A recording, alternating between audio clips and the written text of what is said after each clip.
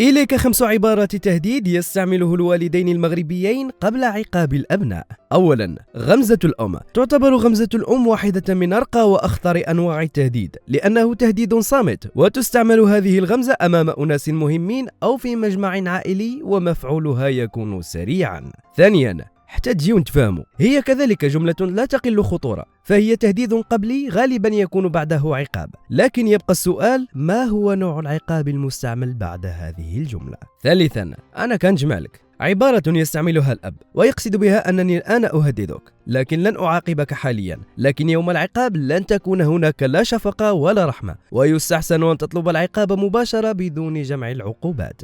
رابعا، عقل ولدي على هادشي. هذه الجملة تهديد من نوع خاص، فهي تستعمل عندما تقوم بأمر في وقت يكون الوالدين مشغولين، ولكن العقاب هنا يكون مجهولا، لهذا توقف فورا عن ما تفعله. خامسا وأخيرا، راه غنقولها لباك، يعتبر أخطر تهديد تستعمله الأم، ويعني توقف فورا عن ما تفعله، لأنه إذا قالتها إلى الأب ستقولها له في وقت الغضب، وسيكون العقاب مشتركا بين الأم والأب.